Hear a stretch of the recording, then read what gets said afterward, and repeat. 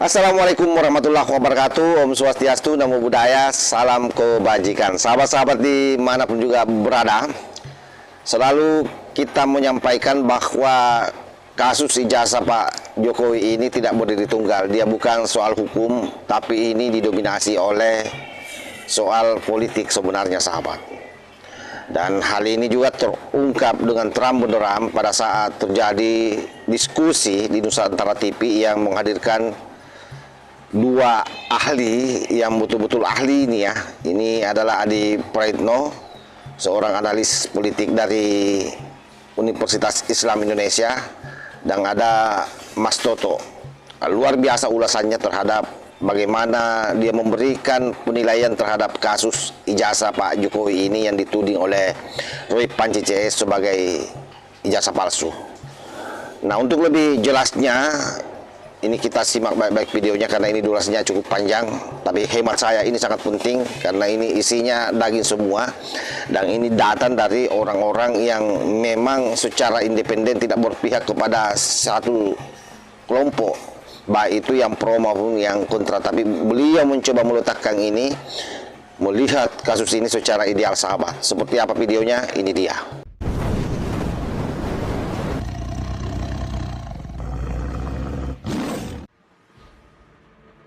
Ya pemirsa, Anda kembali menyaksikan Doncast, masih dengan saya Desmona dan juga ada abang saya, Bang Don di sini. Kita mau bahas yang terakhir segmen ini adalah soal ijazah Jokowi. Silakan tanya ke Mas Adi. Mas Adi Mas ahlinya Adi. itu. Mas Adi, kalau saya baca nih ya Bang Don ya, baru-baru ini kemarin kalau nggak salah ya, Pak Jokowi bilang, kok repot banget sih ngurusin ijazah sampai bertahun-tahun berlarut-larut gitu. Ada orang besar nih, bukan yang badannya besar ya, mungkin pengaruhnya besar atau apanya yang besar nih. Silakan Mas Adi. Ya, entahlah ya. Sebenarnya saya termasuk yang ingin menghindari perdebatan-perdebatan soal ijazah karena bagi saya tidak produktif. Sehingga isu-isu krusial dan isu-isu penting itu seringkali terlewatkan. Karena Bang Don dan Bung Toto kan kita sudah paham, kalau tidak ngomong ijazah dan tidak ngomong Jokowi, ada kecenderungan memang tidak menarik ke pemirsa. Nggak ada yang nonton, nggak ada yang komen, seterusnya dan seterusnya. Ada sesuatu yang menurut saya publik itu penasaran ya. Apa soal ending dari ijazah ini semua? Ya. Apakah pembuktian yang akan dilakukan di pengadilan itu akan memberikan rasa puas publik ataupun tidak? Tapi bagi saya satu hal ya, bahwa ini semacam eksepsional di mana Pak Jokowi itu memang dituntut untuk membuktikan kepada publik soal apakah ijazahnya itu seperti yang dituduhkan ataupun tidak. Tapi Jokowi tentu punya alibi dong, dia membela bahwa persoalan ijazah itu tidak harus diumbar kepada publik. Satu-satunya instrumen untuk membuktikan itu semua adalah soal pengadilan. Bahkan kalau kita mendengarkan wawancara Pak Jokowi dengan salah satu TV swasta yang lain misalnya, bagi saya itu semacam pesan yang cukup tebal, bahwa Pak Jokowi itu sebenarnya tidak terlampau peduli dan bahkan tidak terlampau mengikuti bagaimana persoalan ijazah yang persepsinya sudah cukup bias kemana-mana secara politik. Sepertinya Jokowi ingin kasih pesan bahwa ingin bicara tentang ijazah Pak Jokowi, ya kuncinya hanya di pengadilan dan hukum. Sementara persepsi-persepsi politik terkait dengan isu ijazah, saya kira itu tidak akan memberikan efek apapun. Makanya Pak Jokowi ya hanya akan ingin ditunjukkan di pengadilan. Yang saya tangkap di situ sebenarnya, Bang Don ya.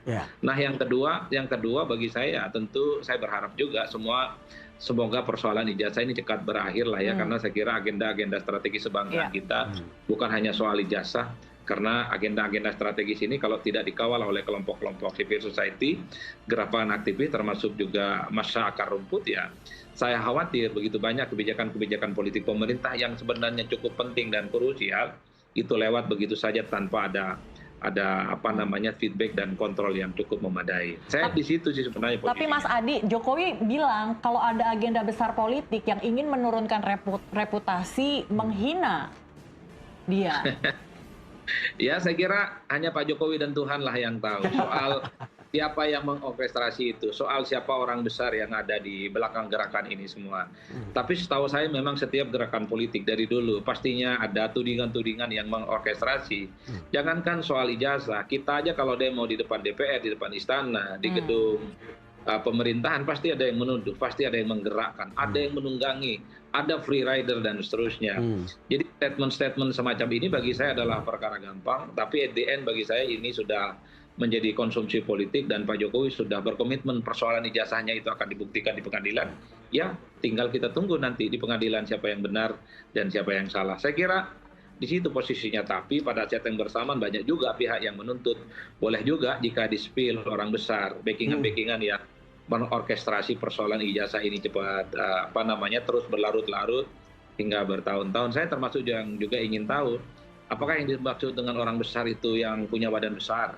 Apakah orang besar itu yang memiliki irisan yang sesuai bahasa relawan Jokowi itu misalnya warna biru, ya kan? dan seterusnya, sehingga tidak ada dusta di antara kita dan terang benderang sebenarnya siapa yang ingin memainkan ini semua. Apalagi misalnya kalau kita mendengarkan argumen orang besar ini, katanya dia punya intensi untuk maju di 2029, minimal mengincar posisi calon wakil presiden. Iya, Kan Mas itu Adi, yang kita sebetulnya dengarkan kita juga nggak terlalu sudah bosan juga sebetulnya membahas masalah ijazah ini. Cuman begini, Mas Tok, ini belum ada preseden sebelumnya.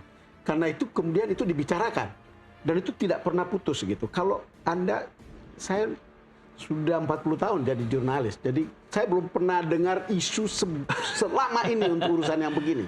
Dan karena itu menarik perhatian, apa sih sebetulnya? Ini politisasi, ada bilang soal hukum, tapi ada juga bicara soal politisasi gitu. Jangan-jangan lebih daripada itu, Bang Don. Oh, lebih dari kalau itu. nggak ada marketnya, nggak ada penontonnya, tayangannya selesai. Ini kan tayangannya panjang pertanyaan kita kan, karena saya termasuk yang selalu menolak. Saya tidak pernah mau datang, ada beberapa stasiun TV itu mengumbar itu dan selalu konflik gitu ya.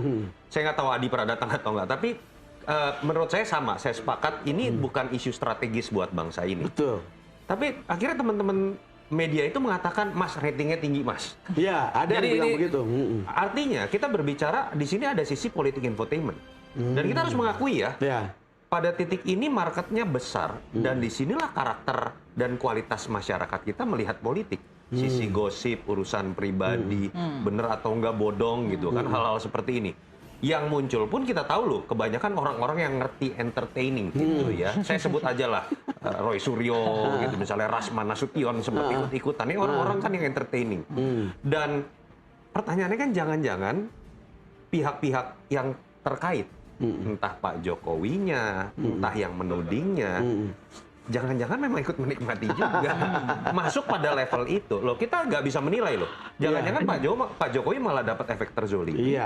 Roy Suryo akhirnya populer lagi misalnya dan lain-lainnya. Ini yang menurut saya harus dilihat dari sisi selain sisi berat hukum dan politik. Kalau mau ditarik pada isu yang lebih beratnya, pertama saya pribadi, saya percaya Pak Jokowi lulus. Saya percaya Pak Jokowi lulus. Saya percaya Gibran juga lulus. Adi Praetno saya ngomong gini masih ketawa nih. Gue pikir lo nggak percaya atau kira-kira gitu ya. Tapi poin ini sebenarnya kalau kita mau bicara agak serius ya, ini kan adalah salah satu bentuk bagaimana kita mengkritik atau meragukan selama ini sistem pengawasan dari lembaga penyelenggara pemilu, Bawaslu atau Panwas, beneran kerja nggak sih ketika berbicara ngecek yang namanya ijazah. Yang lebih mungkin terjadi kan Bang Don secara teknis ya, ini bukan tentang Pak Jokowi, tapi ribuan pilkada yang pernah terjadi di Indonesia, orangnya lulus, tapi secara administrasi, karena baru didaftarinnya 2 hari sebelum pendaftaran, koalisinya baru terbentuk, harus ngasih ijazah asli, ijazahnya hilang, rumahnya banjir misalnya. Kita pun bisa mengalami seperti itu. Dan bukan tidak mungkin di situ muncul hal abu-abu. Dibikinlah katanya gosipnya di Pramuka atau di mana dan segala macam. Pertanyaannya paling penting kan secara sistemik, selama ini KPU beneran nggak sih ngurusin begituan? Karena faktanya Panwas misalnya terkait money politik, ya akhirnya juga banyak hal-hal yang tidak dikerjakan dengan benar kok. Kalau kita mau masuk ke dalam hal yang sifatnya pembenahan, yuk masuk ke situ, tapi jangan dalam konteks karena saking bencinya sama Jokowi, gitu, pokoknya nggak ketemu bukti palsu, sekarang Gibran gitu. Nanti jangan-jangan Kaesang dan lain-lain, itu menurut saya tidak sehat. Oke, jadi Anda yakin tidak ada agenda menuju 2029 dari yang peristiwa menggoyang, ijazah ini? mungkin saja, tapi bisa juga malah jadi bumerang. Ketika kita bicara mengenai Pak Jokowi terus-menerus dibahas dalam ijazah palsu, Malah akhirnya tetap pada di atas panggung. Dan ketika diserang oleh orang-orang yang mungkin kadang-kadang terlalu antagonis, bukan tidak mungkin efeknya malah positif buat Pak Jokowi. Itu yang menurut saya, ya semoga siapapun yang bermain, ya saya berharap udahlah, lu kerja politik aja lah kalau pengen punya ambisi di 2029 gitu. Sayang gitu waktu dihabiskan seperti itu. Mas Adi, saya tidak berpikir untuk 2029, tetapi ini soal masa lalu. Apakah misalnya ini adalah warisan dari Pilpres sebelumnya dan sebelumnya gitu. Bacaan Anda sebagai seorang pengamat politik yang studinya cukup mendalam tentang ini gimana kalau soal masa lalu ini? Ya, bagi saya mungkin soal akumulasi dari kekecewaan terhadap Jokowi. Ya, kekecewaan itu banyak sekali, mungkin dari relawan, mungkin dari konsultan, mungkin dari partai politik, ataupun kelompok-kelompok utama yang dulunya adalah generasi termul pertama, merasa kecewa, kemudian agresif saat ini. Itu akumulasi bagi saya. Kalau apakah ini persoalan politik ataupun hukum, saya justru melihat ini persoalan politik ya. Persoalan politik dalam arti ingin menghantam Jokowi setelah jadi presiden. Kenapa ini misalnya tidak dilakukan oleh kelompok-kelompok yang menentang itu 5 tahun, 10 tahun yang lalu? Karena posisi Jokowi cukup powerful, presiden yang dicintai rakyatnya, infrastruktur yang kemudian diakui, approval ratingnya sampai ke langit ke-7, kira-kira begitu. Nggak ada. Tapi setelah nggak jadi presiden, kan semua instrumen kemewahan yang dimiliki oleh Jokowi sebagai presiden secara perlahan sudah mulai berkurang. Dan apalagi setelah pisah jalan dengan PDIP, nyaris kan tidak punya partai yang cukup solid untuk memberikan perlawanan. Dulu saya membayangkan, kalau perjuangan ijazah ini Jokowi itu masih bersama dengan PDIP, saya membayangkan orang seperti Adian Apitupulu, Masinton Pasaribu, itu paling agresif memberikan pembelaan yang cukup luar biasa kepada Jokowi. Tapi karena pecah kongsi, karena sudah pisah jalan ya, terkesan Pak Jokowi itu memang ditinggalkan sendiri, melawan sendiri terhadap kelompok-kelompok yang selama ini selalu menuding ijazahnya itu sebagai sesuatu ijazah yang tidak benar. Nah, akumulasi-akumulasi semacam ini yang sepertinya dibaca oleh Jokowi, sehingga expose yang terkait dengan ijazah ini kan stamina politiknya sudah setahun penuh dan nyaris tidak tergantikan oleh isu yang lain. At the end bagi saya, siapapun yang kalah dan menang terkait dengan ijazah, ini nggak ada gunanya Bang Don, untuk apa? Kan tidak akan mengubah apapun, tidak akan mengubah Jokowi jadi presiden periode, tidak akan mengubah pernah jadi mantan wali kota dan gubernur. Satu-satunya mungkin yang ditarget adalah bagaimana Jokowi itu dipersepsikan tidak sebaik yang selama ini dibayangkan oleh banyak orang. Jadi saya kira jelas sahabat ya, tidak perlu lagi selalu diulang-ulang sebenarnya, bahwa memang isu ijazah ini orientasinya politik. Dalam artian kalau Mas Adi Praitno jelas bahwa ini adalah upaya balas dendam yang dilakukan oleh orang-orang yang sakit hati terhadap Pak Jokowi. Tetapi ada hal yang menarik, bahwa ini juga menjadi refleksi bagi orang-orang yang punya kepentingan atau yang berkompeten untuk bagaimana supaya di aturan soal kepemiluan itu, bagaimana ijazah asli itu pada saat orang mendaftar itu dibawa, supaya tidak ada lagi di kemudian hari hal-hal yang seperti ini yang menghabiskan energi bangsa kita terlalu banyak di sini, padahal banyak hal yang positif. Begitupun juga Mas Toto, dia berharap bahwa isu ijazah ini disudahi. Oleh karena itu, satu-satunya cara untuk mensudahi ini, saya kira jelas apa yang pernah disampaikan oleh Pak Jokowi, bahwa harus masuk di pengadilan, biar di sana dipinalkan siapa sebenarnya yang sesat melakukan tuduhan, siapa sebenarnya yang memfitnah, siapa sebenarnya pembohong, dan seterusnya.